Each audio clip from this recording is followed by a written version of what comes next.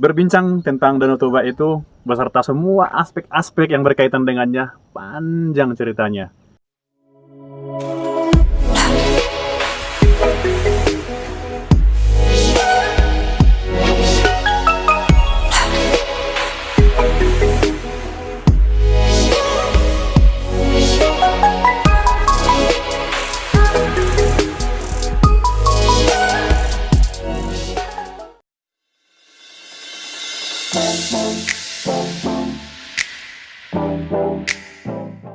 Kita semua sepakat bahwa Danau Toba itu menakjubkan.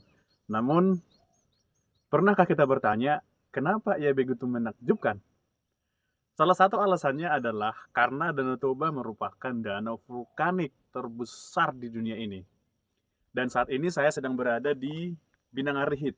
Lebih tepatnya, kalau Bapak dan Ibu, teman-teman semua pernah ke Sipinsur dari Binangarihit, di sini ada sebuah tanjakan. Sebuah tempat yang pas untuk memandang keindahan kawasan Danau Toba, khususnya geosite Bakaratipang. Bakaratipang merupakan dua lembah atau ceruk yang memiliki scenery atau pemandangan yang mempesona. Dan kedua lembah ini terbentuk setelah letusan Gunung Toba ketiga. Itu sekitar 74.000 tahun yang lalu. Menurut para ahli geologi, sebelum Danau Toba yang kita kenal sekarang ini ada, di sini ada sebuah gunung berapi yang bernama Gunung Toba. Dan Gunung Toba sudah meletus beberapa kali. Letusan pertama itu meninggalkan sebuah danau di daerah Porsea, kemudian letusan kedua di daerah Sidalahi, dan letusan ketiga itu di daerah Sibandang dan sekitarnya, termasuk di kawasan Bakaratipang ini. Dan letusan ketiga ini pula lah yang menyatukan ketiga danau-danau kecil ini menjadi Danau Toba yang kita kenal sekarang. Damang dohok dainang nani haholongan beserta semua dongan Naposo mungkin belum terlalu familiar, bahkan mungkin belum pernah mendengar kata geopark. Yang mana kalau kita terjemahkan secara sederhananya, geopark itu merupakan sebuah konsep ataupun sebuah gerakan yang pada intinya bertujuan untuk melestarikan bumi dan mensejahterakan manusia melalui beberapa cara. Cara yang pertama itu dengan mengedukasi masyarakat lokal ataupun masyarakat di kawasan geosite tentang keanekaragaman biologis, geografis, dan keanekaragaman kultural. Kemudian yang kedua, mengkonservasi keanekaragaman biologis, geografis, dan kultural tersebut untuk meningkatkan ekonomi kerakyatan melalui pemberdayaan.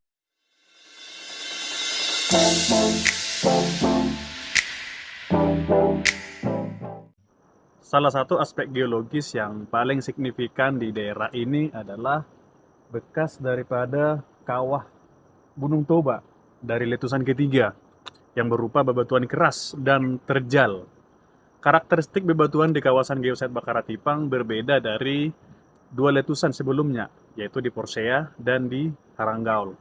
Nah, sebagai kawasan yang berada di jalur patahan Sumatera yang terus bergerak, kawasan ini rentan terhadap berbagai peristiwa geologis.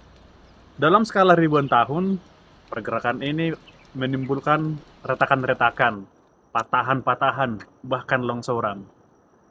Bahkan dua pulau kecil yang ada di kawasan geosite ini, yaitu Pulau Semamora dan Pulau Sitangke, diduga berasal dari runtuhan dinding kawah. Ini menurut para geologis. Lembah Bakara dan Tipang itu sendiri merupakan bekas longsoran. Longsoran-longsoran itu beserta mineral-mineral lainnya yang mengandung humus menutupi permukaan lembah dan menjadi sebuah kawasan yang subur. Kesuburan itu berkontribusi dan menjadi anugerah tersendiri bagi peradaban yang lahir di sini ribuan tahun kemudian. Sehingga bawang Bakara pernah menjadi branding atau lokal branding di kawasan geosite Bakaratipang, khususnya di Bakara ya. Dan Bakara pernah tercatat dalam momen historis Batak.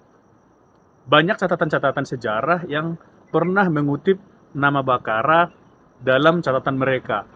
Van der Tuuk bersama seorang penuturnya pernah mengunjungi Bakara. Salah satu peradaban yang paling signifikan yang pernah terekam sejarah yang hidup di lembah Bakara ini adalah generasi dinasti Sisingamangaraja. Banyak kejadian historis yang lahir di kawasan geosite Bakaratipang ini.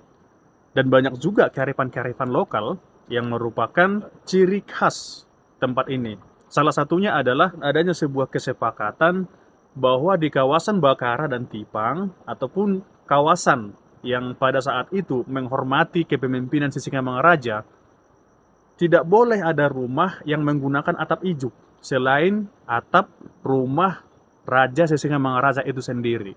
Nah, kesepakatan itu dianggap sebagai penghormatan ataupun penghargaan masyarakat terhadap kepemimpinan Raja Sisingamangaraja.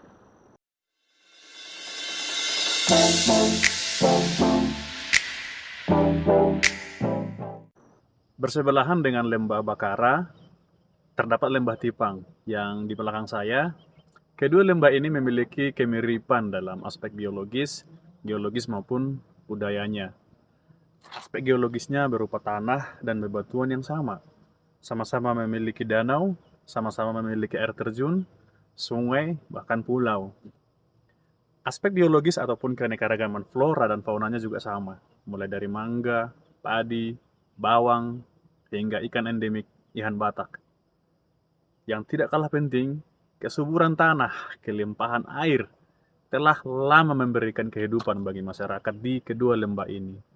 Hal itu juga yang mendasari lahirnya tradisi yang disebut Rasa Bondar dan Sihali Aik.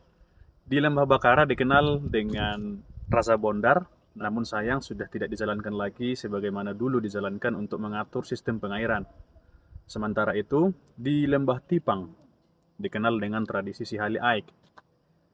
Apa yang membuat tradisi Sihali Aik masih dijalankan di Lembah Tipang tidak lepas dari fungsi tradisi itu sendiri, yaitu sebagai tradisi yang menjaga irigasi, yang mengairi persawahan. Sebagaimana kita ketahui, mata pencaharian utama masyarakat Tipang adalah bertani. Dengan kesuburan tanah dan keseriusan masyarakat Tipang mengolah pertanian, tidak heran jika beras merah Tipang diyakini sebagai beras merah terbaik di Sumatera Utara. Selain pertanian, dari aspek kultur ataupun kebudayaan, Lembah Tipang juga memiliki sebuah kearifan lokal yang disebut Habiuson. Bius dalam sejarah budaya Batak Toba merupakan sebuah wilayah otonom dengan hierarki tersendiri dalam pengelolaan tanah dan juga sistem adat. Bius di Tipang disebut Razana Pitu, bius di Bakara disebut Sionom Oppu. Dan sekedar informasi, Desa Tipang saat ini begitu diperhatikan oleh pemerintah dalam hal pengembangan pariwisata. Dan pada tahun 2021, Desa Tipang meraih juara 4 dalam ajang anugerah desa wisata Indonesia yang diikuti oleh ribuan desa dari seluruh Indonesia. Saya Kumkum Lumban Turuan dengan semua kekayaan etnis ini bangga menjadi orang Batak. Horas.